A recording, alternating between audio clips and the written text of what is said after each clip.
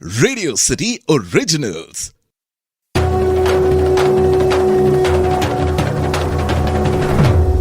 शक्तिपीठ गाथा मां दुर्गा की।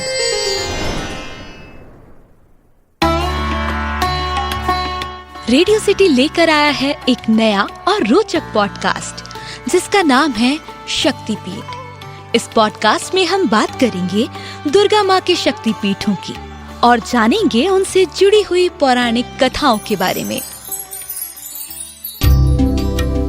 आज हम माँ शारदा की बात करेंगे।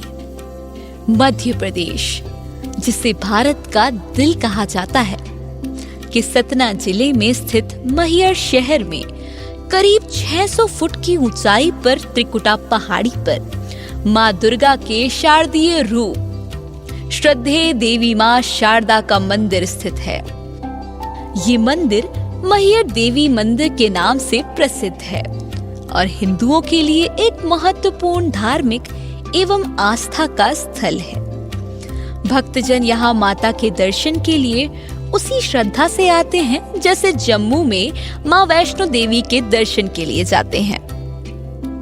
माता मैहर देवी के मंदिर तक पहुँचने के लिए करीब 1000 सीढ़ियाँ चढ़नी पड़ती हैं।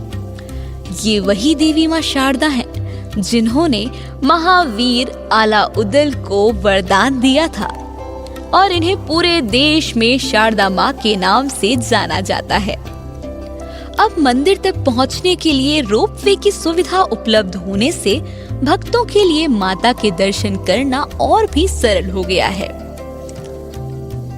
एक पौराणिक कथा के अनुसार इस मंदिर की उत्पत्ति के पीछे एक बहुत ही प्राचीन कहानी जुड़ी हुई है। इस कथा के अनुसार सम्राट दक्ष की पुत्री सती देवों के देव महादेव शिव से विवाह करना चाहती थी, लेकिन राजा दक्ष महादेव को भगवान नहीं बल्कि भूतों और अघोरियों का साथी मानते थे और इस विवाह के विरोधी थे।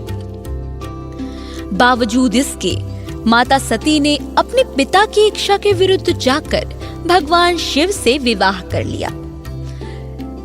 कहा जाता है कि राजा दक्ष ने एक बार बृहस्पति सर्व नामक यज्ञ का आयोजन किया, जिसमें उन्होंने ब्रह्मा, विष्णु, इंद्र और अन्य देवी देवताओं को आमंत्रित किया, लेकिन जानबूझकर भगवान शिव को आमंत्रित नहीं किया। इस बात से सती बहुत ही दुखी हो गईं और यज्ञ स्थल पर पहुंचकर अपने पिता से भगवान शिव को आमंत्रित ना करने का कारण पूछा। इस पर दक्ष ने भगवान शिव के बारे में अपशब्द कहे।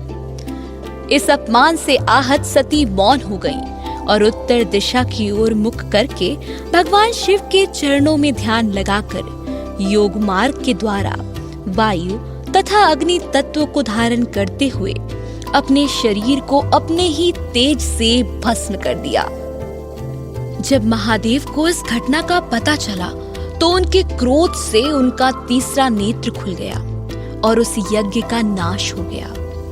इसके बाद भगवान शंकर ने माता सती के पार्थिव शरीर को अपने कंधे पर उठा लिया और गुस्से में तांडव करने लगे। ब्रह्मांड की भलाई के लिए भगवान विष्णु ने माता सती के अंगों को अपने सुदर्शन चक्र से कई हिस्सों में विभाजित कर दिया। जहां जहां सती के शरीर के विभिन्न अंग और आभूषण गिरे, उन स्थानों पर शक्ति पीठों का निर्माण हुआ। इन्हीं शक्ति पीठों में से एक है मैहर देवी का मंदिर, जहां माता सती का हार गिरा था। मैहर का अर्थ है माता का हार और इसी कारण इस स्थल का नाम मैहर पड़ा। अगले जन्म में सती ने हिमाचल राजा के घर पार्वती के रूप में जन्म लिया और घोर तपस्या करने के बाद महादेव को फिर से पति के रूप में प्राप्त किया। इस तीर्थ स्थल से जुड़ी हुई एक और कथा भी प्रचलित है। इस कथा के अनुसार आज से लगभग 200 साल पहले मैहर में महाराज दुर्जन सिंह जदैव नामक राजा का शासन था। उनके राज्य का एक चरवाहा नियमित रूप से जंगल में गाय चराने के लिए जाया करता था।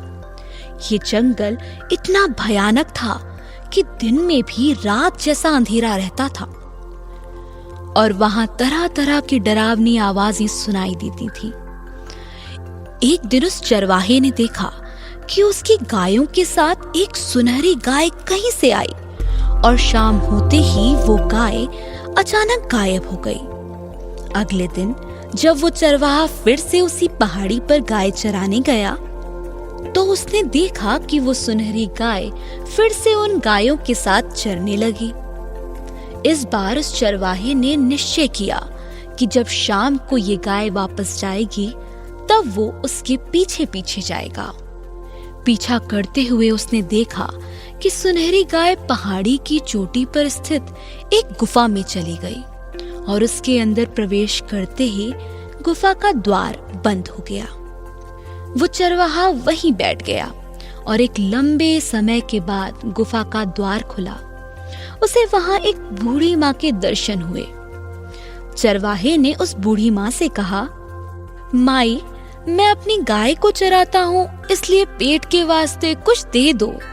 मैं ऐसी इच्छा से आपके द्वार आया हूँ।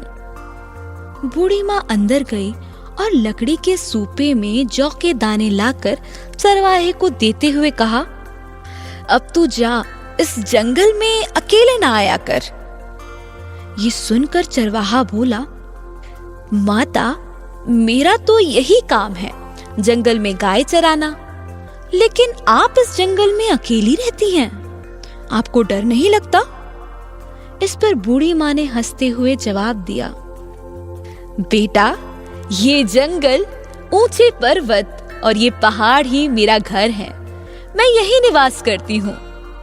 इतना कहकर वह गायब हो गई। चरवाहा घर आकर जौ के दाने वाली गठरी खोला और देखते ही हैरान हो गया। उस गठरी में जौ की जगह हीरे मोती चमक रहे थे। वो ये सोच में पड़ गया कि वो इसका क्या करेगा। उसने सोचा कि सुबह होते ही वो राजा के दरबार में जाकर अपनी आप बीती सुनाएगा। अगले दिन दरबार में वो चरवाहा अपनी अर्जी लेकर पहुंचा और राजा के सामने पूरी कहानी सुनाई। चरवाहे की बात सुनकर राजा ने अगले दिन वहां जाने का फैसला किया और अपने महल में सोने चला गया। उस रात राजा को सपने में उस बूढ़ी माँ के दर्शन हुए और उसे आभास हुआ कि ये आदि शक्ति माँ शारदा है।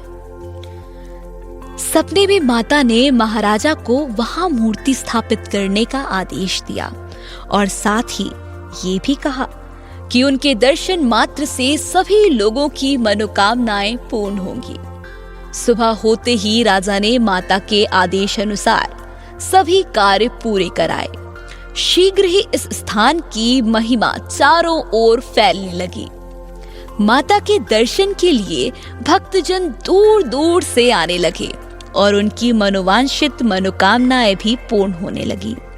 इसके बाद माता के भक्तों ने शारदा माता का एक विशाल मंदिर बनवाया। इस धार्मिक स्थल से जुड़ी एक और प्रचलित कथा है। दो वीर भाई आल्हा और उदल, जिन्होंने पृथ्वीराज चौहान के साथ युद्ध लड़ा था, माता शारदा के भक्त हुआ करते थे। कहा जाता है कि इन्हीं दोनों ने सबसे पहले जंगलों के बीच शारदा देवी के इस मंदिर को खोजा था। इसके बाद आल्हा ने इस मंदिर में 12 सालों तक तपस्या की और माता को प्रसन्न किया। माता शारदा ने आल्हा को अमृत का आशीर्वाद दिया था। ये भी कहा जाता है कि भक्ति भाव से आल्हा और उदल ने अपनी जीभ भी माता शारदा को अर्पित कर दी थी, जिसे माता ने उसी क्षण वापस कर दिया था। आल्हा माता को शारदा माई कहकर पुकारा करता था और तभी से ये मंदिर माता शारदा माई के नाम से प्रसिद्ध हो गया। आज भी मान्यता है कि माता शारदा के दर्शन सर्वप्रथम आल्हा और उदल ही करते हैं। शारदा देवी मंदिर के पास एक प्राचीन शिलालेख में शारदा देवी की पत्थर की मूर्ति के पैर स्थित हैं।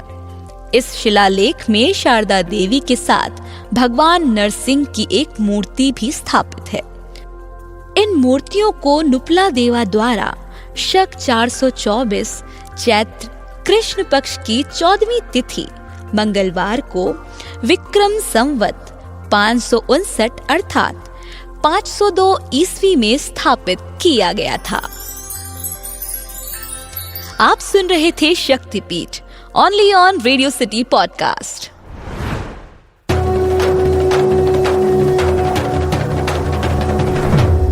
शक्तिपीठ गाथा माँ दुर्गा की।